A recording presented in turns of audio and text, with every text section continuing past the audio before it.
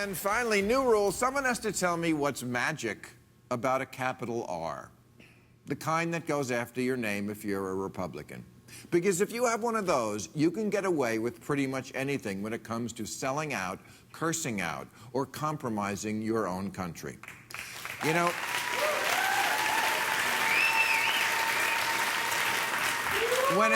when it was Hillary Clinton with an unsecure email server, Republicans wanted to lock her up. But President Trump still uses the unsecure Android phone he had before he got elected. And he has been warned that with an old consumer-grade phone like that, someone could easily hack into his Twitter account and start posting crazy messages. And how would we be able to tell?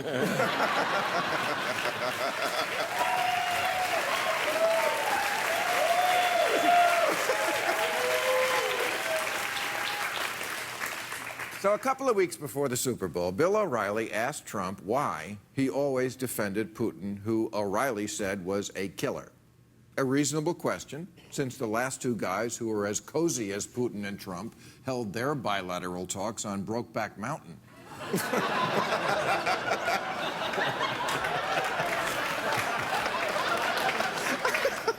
But again, Trump took Putin's side over America, saying, we got killers here too. You think our country's so innocent? If a Democrat said that before the Super Bowl, they would be in Guantanamo Bay by halftime. Same as they would if they did this. But if you have the magic R, no problem. Trump repeatedly said he was going to donate to military charities, then didn't, then lied about it. He compared our intelligence agencies to Nazis. He said McCain, who spent 5 years in a Vietnamese prison, wasn't a war hero because I like people who weren't captured. I gotta say to all you flag-waving right-wingers who always say, I'm not just gonna stand here and let you run down America, you're standing there and letting Trump run down America.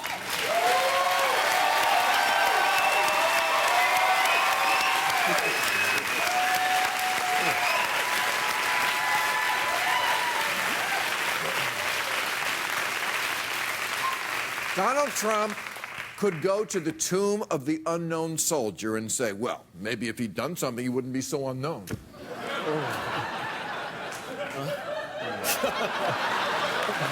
And Republicans would be okay with that, too. When Trump said I could stand in the middle of Fifth Avenue and shoot somebody and I wouldn't lose voters, he wasn't making a joke. He's never made a joke. Unless his entire life is some sort of Andy Kaufman-style performance art, in which case, stop it. No, he was simply stating an actual fact for once, which is, if you have the magic R after your name, you can drive a Hummer through a daycare center, and Fox News will say the babies were asking for it.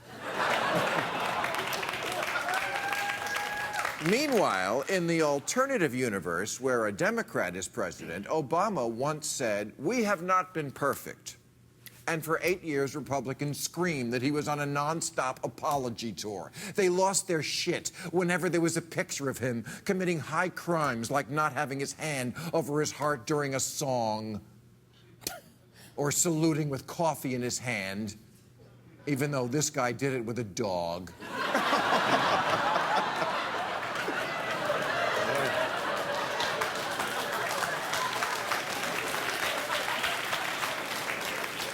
Yeah, that guy, the one who sat frozen for 7 minutes after being told the words, the country is under attack. And Republicans defended that. And we all just accept this. America is the Republican Party's bitch, and they can criticize and betray her, but you can't. Even though Obama spent 2 terms talking up the troops, talking up the country, how much he loved it, how in no other country is my story even possible, didn't matter. Conservatives all nodded when Rudy Giuliani said, I do not believe that President Obama loves America.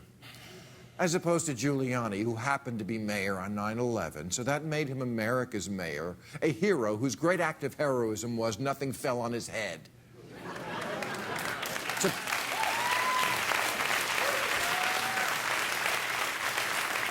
To paraphrase Donald Trump, I like mayors who don't let towers collapse.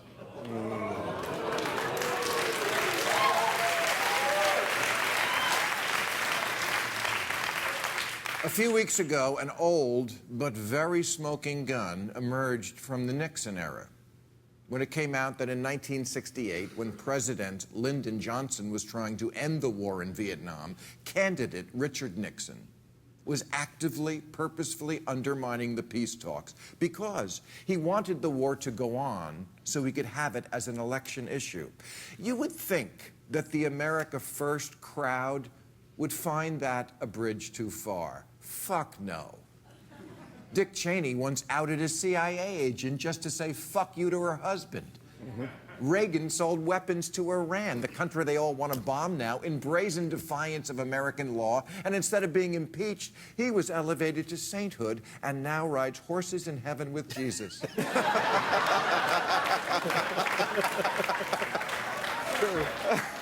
Why do Republicans get away with this? Why do they have patriotic immunity? America is like a dysfunctional family where the Democrats are the older, mature son who works hard and does everything right, but somehow is never good enough. And the Republicans are the young asshole son who's a fuck-up, but no matter how many times he crashes the Camaro, Daddy buys him a new one.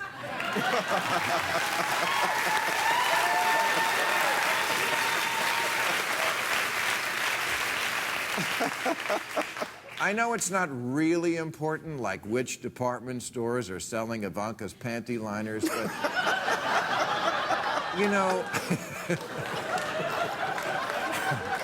all of America's intelligence agencies say a foreign power tampered with our election to favor the Republican, and they say also that they don't trust that Republican, our president, with our state secrets, and yet the theme of Trump's inaugural was America First. Please. His ego is first, his hotels are second, Russia's third. I'd be surprised if America made the top 10.